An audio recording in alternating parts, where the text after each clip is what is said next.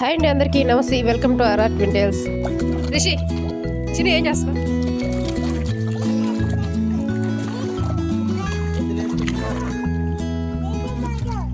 జజా శివయ్య శివయ్య. ఈరోజు సోమవారం కావడంతో మాకు దగ్గరలో ఉన్న శివాలయానికి బయలుదేరాము. దగ్గరలో అంటే ఒక 25 కిలోమీటర్లు ఉంటుంది. ఒక గంట సేపు జర్నీ అనుకోండి. లాస్ట్ టైం మేము ఈ ఇయర్ ఫిబ్రవరి ఎండ్లో వచ్చాము. పిల్లలకి రెండోసారి తలనీళ్ళు ఇక్కడే తీపిచ్చాము. అప్పుడు ఈ కోనోట్లే దిగాలంటే కొంచెం భయం వేసింది. అంత క్లియర్ గా వాటర్ లేవు. సో గుడి ముందున్న బోర్ దగ్గర స్నానం చేయించేసాను పిల్లలకి.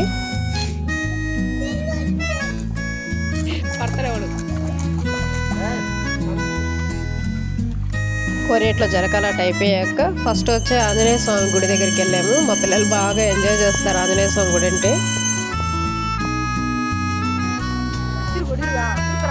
శివయ్య ముందున్న నందీశ్వరుని చుట్టూ మా వాళ్ళు ప్రదక్షిణలు చేస్తున్నారు.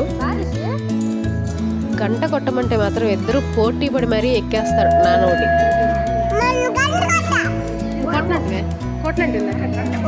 తర్వాత మేము వచ్చిన స్తంభాల గిరీశ్వర స్వామి.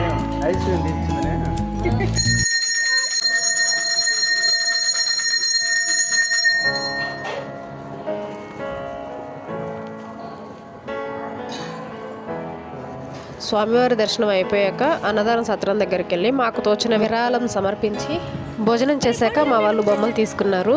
ఆ వాహనాలకి స్వామివారి ముందు పూజలు కూడా చేసేసారు.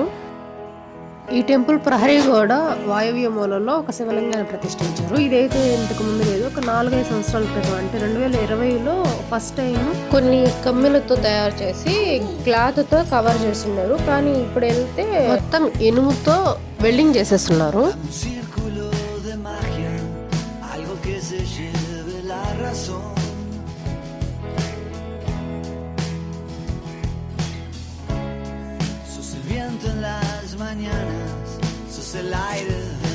ఏం చేస్తున్నారు? మట్టిగా దోలాల్సింది. చేసి పూలు పెట్టండి. పడిపోయింది. అయ్యో ఒకటి పెట్టు, ఒక్కొక్కటి. నమస్కారం చేసుకో. దండం పెట్టుకో, దండం పెట్టుకో, దండం పెట్టుకోవాలా?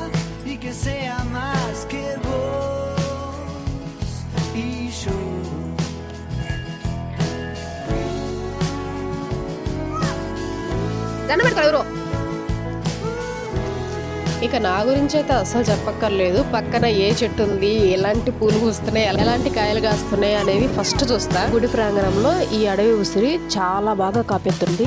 మొత్తానికి రిటర్న్ అయిపోయాం. దారిలో ఒక చెరువు కలిసి వెళ్తూనే ఉంది. అది కాస్త దాటాక తెలుగు గంగ కాలువ ఫుల్గా వాటర్తో కన్నులు విందుగా ఉంది చూడడానికి. ఈ వీడియో మీకు నచ్చినట్లయితే లైక్, షేర్ అండ్ సబ్స్క్రైబ్. ఓం శ్రీ మాత్రే నమః.